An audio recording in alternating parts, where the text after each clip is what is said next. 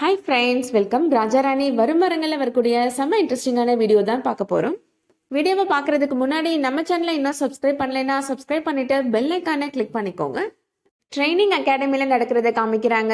சந்தியா அவங்களுக்கு கொடுக்கப்பட்ட டாஸ்க் எல்லாத்தையுமே வெற்றிகரமாக கம்ப்ளீட் பண்ணிடுறாங்க. அது மட்டும் இல்லை, எல்லா போட்டியிலையும் தொடர்ந்து ஃபர்ஸ்ட் பிளேஸில் சந்தியா தான் இருக்கிறாங்க. இதை பார்த்த உடனே அப்துல்லால அதை தாங்கவே முடியலை. எப்படி சந்தியா என்னை விட பீட் பண்ணி ஃபர்ஸ்ட் பொசிஷனுக்கு வந்துட்டு இருக்கிறாங்க அப்படின்னு யோசிக்கிறாரு. இனிமேல் சந்தியாவை ஃபர்ஸ்ட் பிளேஸ் வாங்க விடக்கூடாது அப்படின்னு முடிவு பண்ணுறாரு. அடுத்ததான் ட்ரைனிங் ஆஃபீஸர்ஸ் எல்லாருக்குமே கன் ஷூட் பண்ணுற டாஸ்க் கொடுக்குறாங்க. எல்லாருமே அவங்க டார்கெட்டை கரெக்டாக ஷூட் பண்ணிடுறாங்க. ஆனால் சந்தியாவால் கரெக்டாக ஃபோக்கஸ் பண்ணி அவங்களோட டார்கெட்டை ஷூட் பண்ண முடியலை. அப்துல் சந்தியாவை கிண்டல் பண்றாரு. நீங்க வந்திருக்கிறது ஐபிஎஸ் ட்ரைனிங்க்கு, ஒரு கன்னை கூட கரெக்டா உங்களால டார்கெட்டை எய்ம் பண்ணி ஷூட் பண்ண முடியாதா அப்படின்னு கிண்டல் பண்றாரு. இதுக்கிடையில ஓமனக்குட்டன் ஜோதி 2 பேரோட லவ் ட்ராக்கை காமிக்கிறாங்க. ஜோதியோட பர்த்டே பார்ட்டியில வச்சு ஓமனக்குட்டன் அவரோட லவ்வை ப்ரப்போஸ் பண்றாரு. ஜோதியுமே அதை அக்செப்ட் பண்ணிக்கிறாங்க. அடுத்ததா கௌரி மேடம் எல்லா ட்ரைனிங் ஆஃபீஸரையுமே கூப்பிட்டு பேசுறாங்க. அடுத்து நம்ம பண்ண போற டாஸ்க் இது வரைக்கும் பண்ண டாஸ்க் மாதிரி இல்லை அப்படின்னு சொல்றாங்க. இது ரொம்ப சவாலான டாஸ்க் அப்படின்னு சொல்றாங்க. அடர்ந்த காட்டுக்குள்ள தான் உங்களோட டாஸ்க் இருக்க போகுது அப்படின்னு சொல்லிட்டு எல்லாரையுமே அந்த காட்டுக்குள்ள கூட்டிட்டு போறாங்க Gowri madam. Gowri madam training officers எல்லாருக்குமே பாம்பை எப்படி பிடிக்கிறது, அதை எப்படி நம்ம ஹேண்டில் பண்றது அப்படின்றத சொல்லி கொடுக்குறாங்க. ஒருத்தரா அந்த பாம்பை வாங்க சொல்றாங்க. எல்லாருமே தைரியமா பண்ணிடுறாங்க. ஆனா சந்தியா ரொம்ப பயப்படுறாங்க. இருந்தாலும் ரொம்ப தைரியத்தை வரவழைச்சிட்டு அந்த பாம்பை கையில வாங்கிடுறாங்க.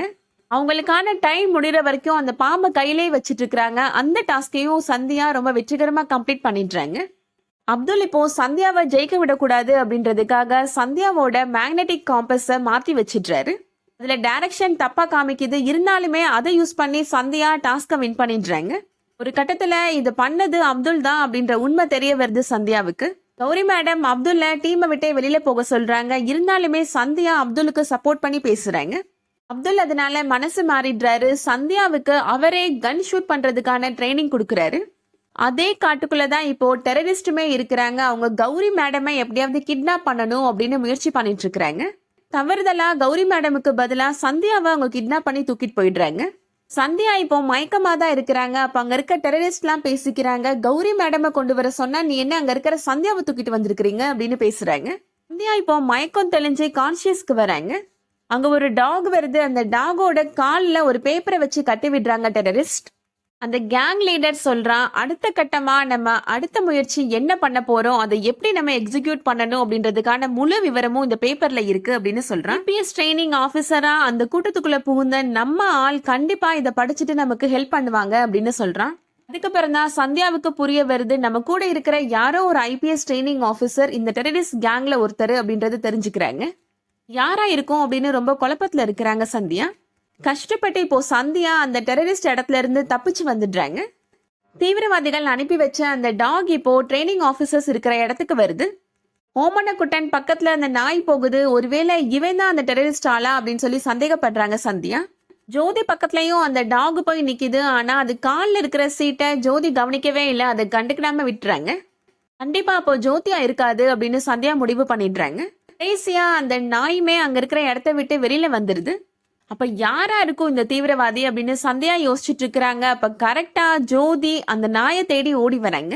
அந்த டாகோட காலில் கட்டியிருக்கிற பேப்பர் எடுத்து படிக்கிறாங்க. சந்தியா இப்ப முடிவு பண்ணிடுறாங்க, அந்த ஜோதி தான் தீவிரவாதி கேங்ல ஒருத்தவங்க அப்படின்றத. இதுக்கிடையில டெரரிஸ்ட் கௌரி மேடமை கிட்னாப் பண்ணிட்டு போயிடுறாங்க. சந்தியா ஜோதியோட நெத்தியில கண்ணை வச்சு மிரட்டுறாங்க. எனக்கு உன்னை பத்தின எல்லா உண்மையும் தெரிஞ்சு போச்சு ஜோதி, நீ அந்த டெரரிஸ்ட் கேங்ல ஒருத்தி தானே அப்படின்னு கேக்குறாங்க. உண்மையை சொல்லு, இப்போ கௌரி மேடம் எங்க இருக்கிறாங்க அப்படின்னு கேக்குறாங்க. என்ன சொல்ற சந்தியா, எனக்கு எதுவும் புரியல அப்படின்னு சொல்றாங்க ஜோதி. இன்னமும் என்கிட்ட நடிக்காத ஜோதி, அந்த டாக் கால்ல இருந்து அவங்க அனுப்பின இன்ஸ்ட்ரக்ஷனை நீ படிக்கும் போதே நான் தெரிஞ்சுக்கிட்டேன் அப்படின்னு சொல்றாங்க சந்தியா. இனிமேலும் சந்தியாட்ட எந்த உண்மையும் மறைக்க வேணாம் அப்படின்னு ஜோதி முடிவு பண்றாங்க. நீ சொல்றது உண்மைதான், நானும் அந்த கூட்டத்தை சேர்ந்த ஒருத்தி தான் அப்படின்னு சொல்றாங்க ஜோதி. ஆனா கௌரி மேடம் எங்க இருக்கிறாங்கன்ற உண்மையை என்னால சொல்ல முடியாது அப்படின்னு சொல்றாங்க. இப்ப நீ உண்மையை சொல்லதான் செய்யணும், இல்ல அப்படின்னா நீ உயிரோடவே இருக்க முடியாது அப்படின்னு சந்தியா மிரட்டுறாங்க. இப்ப நீ ஆபத்துல இருந்தேன்னா அவங்களுக்கு எப்படி சிக்னல் கொடுப்பியோ அதே மாதிரி கொடு அப்படின்னு சொல்றாங்க சந்தியா. ஜோதி இப்போ அவங்க ஆபத்துல இருக்கிறாங்கன்ற மாதிரி சிக்னல் கொடுக்குறாங்க. அதை தெரிஞ்சுக்கிட்ட தீவிரவாதிகள் இப்போ ஜோதியை தேடி வராங்க. கௌரி மேடம் இருக்கிற இடத்துக்கு இப்போ ஜோதியா கூட்டிட்டு போறாங்க சந்தியா. சந்தியா கூட சேர்ந்து இப்போ அப்துல், ஓமனக்குட்டன், மற்ற ட்ரைனிங் ஆஃபீஸர்ஸுமே போறாங்க. கௌரி மேடம் இருக்கிற இடத்த கண்டுபிடிச்சிடுறாங்க. ஆனா கௌரி மேடம் சொல்றாங்க, என்னோட ஒருத்தியோட உயிருக்காக நீங்க யாரும் உயிரை விட வேணாம் அப்படின்னு சொல்றாங்க. எல்லாரும் இங்க இருந்து தப்பிச்சு போயிருங்க அப்படின்னு சொல்றாங்க. ஆனா சந்தியா அந்த தீவிரவாதி ஹெட்டை ஷூட் பண்ணிடுறாங்க. ஆனாலுமே ஜோதி இப்போ கௌரி மேடமை ஷூட் பண்றதுக்காக போறாங்க. எங்க கொள்கையில நாங்க என்னைக்குமே தோக்க மாட்டோம் அப்படின்னு ஜோதி சொல்றாங்க. கௌரி மேடமை இப்ப காப்பாத்தணும் அப்படின்றதுக்காக ஓமனக்குட்டன் கடைசியா ஜோதியவே ஷூட் பண்ணிடுறாரு. சந்தியாவோட இந்த துணிச்சலான செயலுக்கு சந்தியாவை கௌரி மேடம் பாராட்டுறாங்க. பெஸ்ட் கேண்டிடேட்கான ட்ரோஃபியையும் இப்ப சந்தியா தான் வாங்குறாங்க. அப்துல் வந்து சந்தியாட்ட பேசுறதுக்காக வராரு. இது வரைக்கும் என்னோட வாழ்க்கையில நான் தோல்வியே சந்திச்சது கிடையாது அப்படின்னு அப்துல் சொல்றாரு. ஆனா இது எனக்கான கப் அப்படின்னு இத்தனை நாளா நினைச்சிட்டு இருந்தேன். ஆனா இது இப்போ உங்க கையில இருக்கு அப்படின்னு சொல்றாரு அப்துல். ஆனா இந்த கப்பு உங்க கையில இருக்கு அப்படின்னா அதுக்கு முழுக்க முழுக்க உங்களுக்கு தகுதி இருக்கு சந்தியா அப்படின்னு சொல்றாரு அப்துல். என்னோட வாழ்க்கையிலேயே நான் முதல் முறையா இன்னைக்கு தோல்வி அடைஞ்சிருக்கேன். ஆனா அதுக்காக நான் வருத்தப்படல சந்தியா அப்படின்னு சொல்றாரு. வெயிட் பண்ணி பார்க்கலாம் அடுத்து என்ன நடக்க போகுதுன்றத. இந்த வீடியோ உங்களுக்கு பிடிச்சிருந்துச்சுன்னா லைக் பண்ணிக்கோங்க. சீரியல் அப்டேட்ஸ்க்கு நம்ம சேனலை சப்ஸ்கிரைப் பண்ணிக்கோங்க. தேங்க்ஸ் ஃபார் வாட்சிங்.